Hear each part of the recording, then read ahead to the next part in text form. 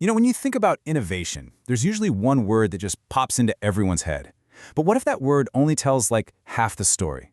Today we're going to look at a totally different, really powerful model for growth, one that actually creates without destroying. All right, let's jump right in. So think about it for a second. These companies completely changed the game. They reshaped our world and how we do, well, pretty much everything. They're the icons of modern success. But what's the one thing that really links all of them together? There it is. That's the word, disruption. For decades, this has been the gospel, right? It's been hailed as the ultimate engine of progress, the only way forward-thinking companies can really win and build the future. But what does it really mean? How does it actually work? Okay, so the core idea behind disruption is actually pretty simple. For a new product or service to really take off, it has to offer a massive, and I mean massive, leap in value for you, the customer. Yeah, economists have a fancy term for it, consumer surplus. But really, it's just about making an offer that's so good, you feel like you have to take it. So let's really dig into what that leap in value looks like. Remember Blockbuster? The late fees? Netflix came along and just said, forget all that. One flat fee, and you can watch whatever you want, whenever you want. Amazon wasn't just another bookstore. It was like having the world's biggest library delivered to your door, like tomorrow. And the iPhone, wow. It wasn't just a better phone. It put the entire internet in your pocket. This is that overwhelming value that makes us switch, no questions asked. But here's the thing we don't always talk about. While we as consumers get all these amazing benefits, all this winning, well, it comes at a huge cost. See, the whole model of disruption is fundamentally a win-lose game, and we tend to focus a lot on the winners and not so much on the losers. And this, right here, lays out that trade-off perfectly. For every winner, the new company, its investors, and yeah, us, there's a loser on the other side. Existing companies get pushed out, their employees lose their jobs, and the local communities that depended on them can be left devastated. And look, this isn't just numbers on a spreadsheet. This has a real human cost.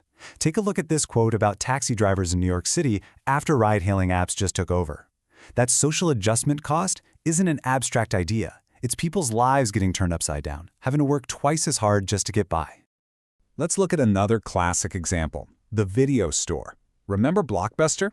At its absolute peak, back in 2004, it was a huge employer. We're talking 60,000 people. Okay, now let's jump forward to 2019. By this point, Netflix is making way more money than Blockbuster ever did. It created a much bigger market. And yet, look at this. It was running that massive global operation with fewer than 8,000 employees. So what's the bottom line? Even though the new industry was way bigger and more successful, the final count was a net loss of over 50,000 jobs in that transition. That's the trade-off of disruption right there. Progress for some, sure, but it comes with some serious social pain for others. So, you gotta ask, right? Is this the only way? Does creating something new always have to mean destroying something old? Well, it turns out the answer is a big, resounding no.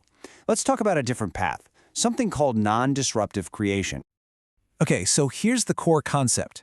Non-disruptive creation is all about generating growth by building entirely new markets from scratch. It separates the act of creating from the act of destroying. So instead of fighting over a bigger slice of the pie, you're just baking a whole new pie that nobody even knew they wanted. And this isn't just theory. Look at these amazing examples. Kickstarter didn't go after venture capital money. It created a completely new space for all those creative ideas that didn't fit the old model. And Sesame Street, it didn't replace preschools. It solved a totally new problem. How can we use this new thing called television to help little kids learn at home? They added to the world without taking anything away. And check out the economic ripple effect. This wasn't just about cool projects getting funded. It's estimated that Kickstarter has helped create over 300,000 new jobs, full-time and part-time.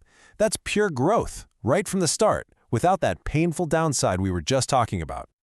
Okay, so now we have these two very different ways to think about innovation. Let's actually put them head to head and really break down what makes them so different and how they create growth and what they mean for society. This table just makes it crystal clear. At the company level, the micro level, you've got one model that displaces and another that just creates. Zoom out to the industry level, the meso, and it's a classic win-lose fight versus a positive sum outcome where there aren't any clear losers.